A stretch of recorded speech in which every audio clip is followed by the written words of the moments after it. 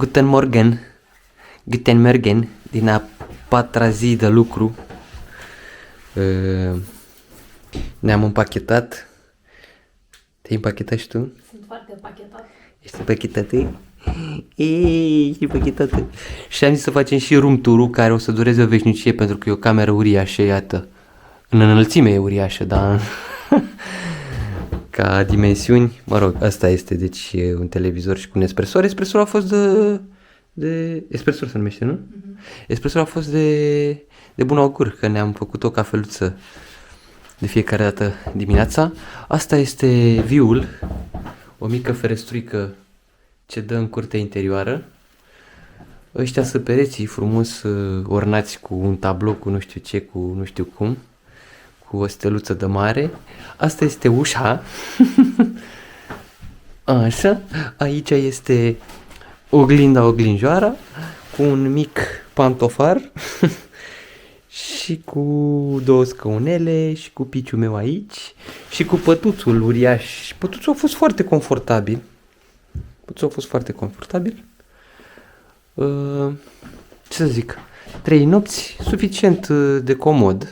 Păcat că n-am avut totuși cameră la baie, au fost două băi, cameră la baie, baie la cameră. Baia a fost cumva comună. Și era împărțită în două, toaleta separat și dușul separat. În total 3 nopți, 12 catralioane de bulioane, 12 milioane, deci undeva la 4 milioane pe noapte. Scump oricum, scump, destul de scump, dar cam asta e. Și asta a fost gazda noastră și acum o să ne îndreptăm spre ieșire, spre scări. Hai să vedem. Este etajul 2, trebuie să avem grijă, pac. O rățușcă stă pe lac. E o casă veche. Cam toate scârție. De dimineață, chiar de dimineață ne-am trezit destul de inconfortabil pentru că gazda și-a dus copiii la școală, cele două fetițe, și unde călcai pe podeaua asta, pe parchetul vechi, troznea. Și la fel s-auzeau troznituri de pe la etajele superioare. Și am ieșit. Asta este priveliștea din fața casei. Asta este cred că aici e o zonă de șantier ceva. Și de obicei unde e un gard, nemții găsesc prilej de artă. Mai aruncă un graffiti, mai aruncă puțină artă de stradă. Asta a fost cartierul nostru, San Poli. Asta a fost cazarea noastră. Și acum o să mergem să luăm un fruștuc rapid înainte de decolare.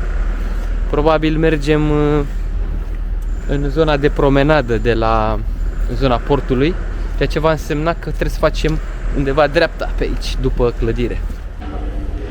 Și am ajuns și în port, la un fruștuc corect, cinstit. Suntem la Nordsee. N-am mai mâncat până acum la Nordsee.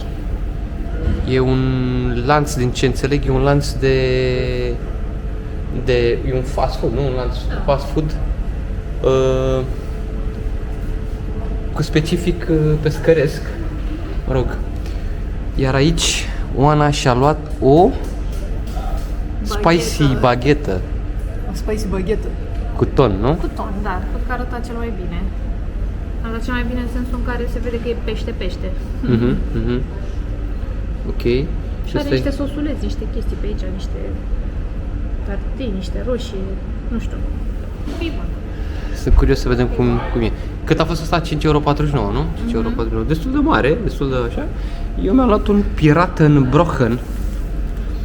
Pâinea, sau mă rog, cred că sandwich-ul piratului, că Brochen parcă vine de la pâine, ceva de genul ăsta. Arată interesant, cu ramulad ăsta, care e sosul lor de maioneză. Nu e de ăla. Nu e? Nu e remulat? Ba da, bă. Era galben pe care l-am avut la dreptă. Era mai coclit. Era mai trecut. Că e maioneză. Și cu câteva fileuri de, nu știu, de pește, habar am ce-o fi. Cu sălățica asta, salată coleslaw, habar n-am ce. Chiar destul de bine. Asta a fost 4,79 €. Cum e? Merge, e proaspăt. E ca și cum ți-ai face acasă, un sandwich cu ton. E ok, nu? Da. Da. Pâinea e bună. Pâinea e Bagheta fragedă, bună. nu? Suntem chiar în port aici, momentan, nu știu, e cam gol față de ce era în weekend. Nu e nicio navă de croazieră parcată. Mă rog, una, două. Cred că sunt plecate deja pe traseu sau habar n-am, fiind în afara, nefiind weekend, fiind deja luni, destul de liber. Inclusiv restaurantele și terasele de aici sunt cam închise. Acum hai să văd ce cum e. Să și ăsta. Vedem.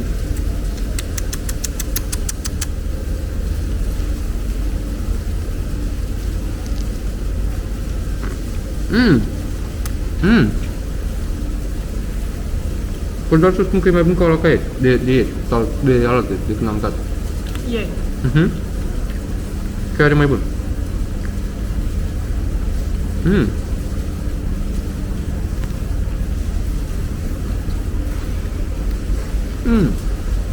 Și e remuladă. Chiar e remuladă. Să fie.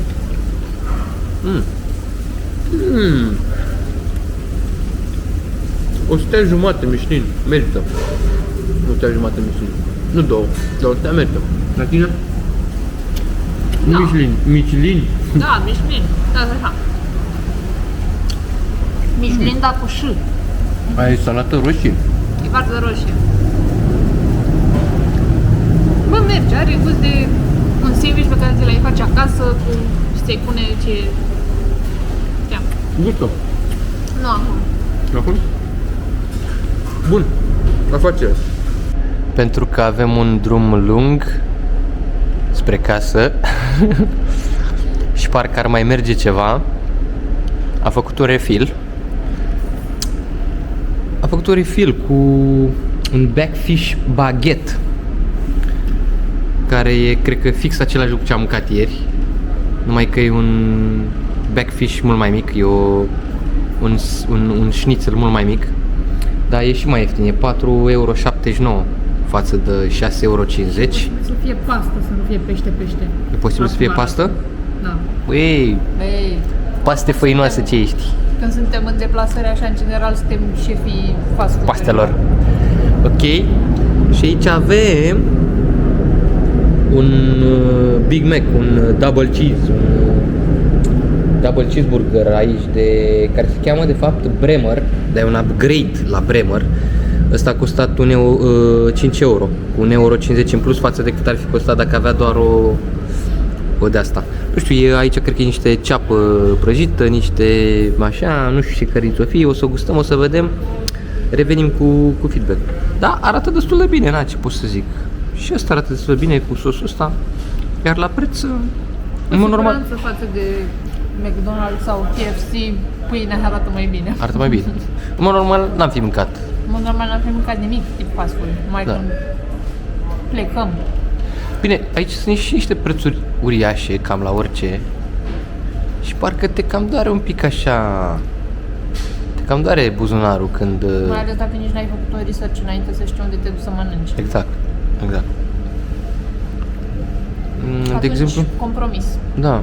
Te gândești că semișulachel ăsta mic, care ți intră la o măsea, e 5 €, deci 25 de lei. Și parcă, da, parcă nu prea-și face bani. E și de la un fast food, e și, da, ce să zic. Da, având în vedere că e un fast food, e un lanț de fast food, își respectă o rețetă, își respectă o procedură, știi că e, sau ar trebui să fie proaspăt peștele. Mă rog, ești în Germania până la urmă, nu ești în România. Hai să vedem cum e. Și pentru că am rămas datori cu un review după North Sea, review-ul este că nu mergeți la North Sea. Și nici noi nu o să mai mergem la North Sea. Da. Ce ți-a plăcut?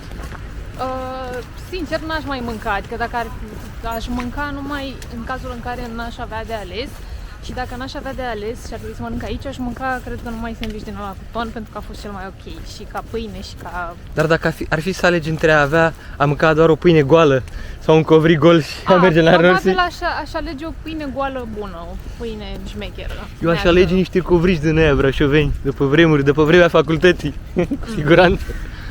În orice caz, celelalte două pe care le-am luat anterior... Brașoveni sau de Buzău? Brașoveni, mă, de-aia împletiți. Cu mac, cu din aia Susan. proaspeți. Susan, yo, Susan. Așa. Da, celelalte două pe care le-am luat ulterior, unul a fost cu cărniță, exact cum preconizam și cum nu a preconizat Oana.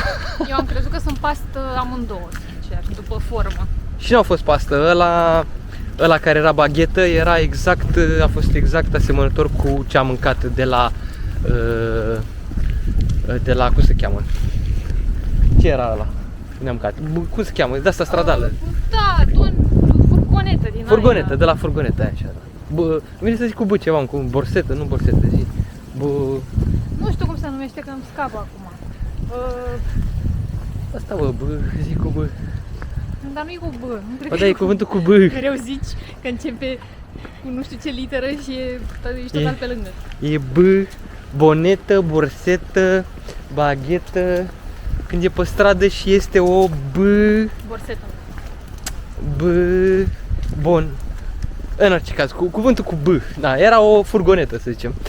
Tot cu netă. Așa. Asemănător cu ăla, iar celelalte cu cele două chifteluțe era o pastă Nenorocită. nenorocită, o pastă nenorocită. Da, Era avea o gust pastă. de chiftea vegană cu aromă de pește. Exact, mai puțin aromă de pește, dar cu siguranță Dacă vegană. într-adevăr ar fi fost vegană, aș fi zis, mamă, ești șmecheră. Era un Beyond Meat. Da. Ne-am dumirit și cu... Ne-am edificat și cu ăsta, cu Norsiu ăsta, cu fast food-ul ăsta. Nu e ceva... Da, probabil aș mânca la Mac numai pentru cartofi. Oana e fan cartofi Mac, dar ok, mă rog. Sunt fan cartofi în general. De fapt, cum faci tu cu bucketurile de la KFC? Hai și cu bucketurile la KFC, asta e altă discuție. Așa. În fine, asta, gata. Făcut cu cartofi. Gata, nu mai n-aveți ce mai să în bucketurile. Gata, bucket Ok. list.